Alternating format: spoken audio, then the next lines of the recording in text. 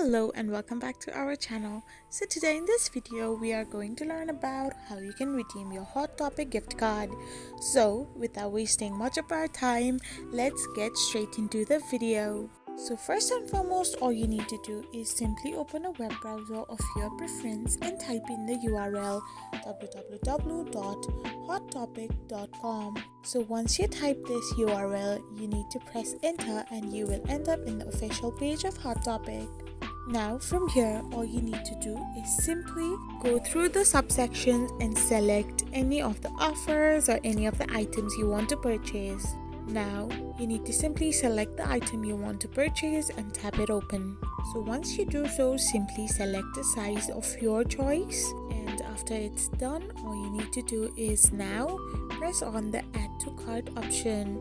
So once you press on the add to cart or add to bag, you need to now press on the proceed to checkout option. Once this step is done, you will end up in this kind of page where you have to press on the enter promo code option and type in the promo code you have to redeem your gift card of Hot Topic, and simply press on apply and your Hot Topic gift card will be redeemed. I hope you found this video helpful, so don't forget to hit that subscribe button and do give us a thumbs up. Thank you for watching.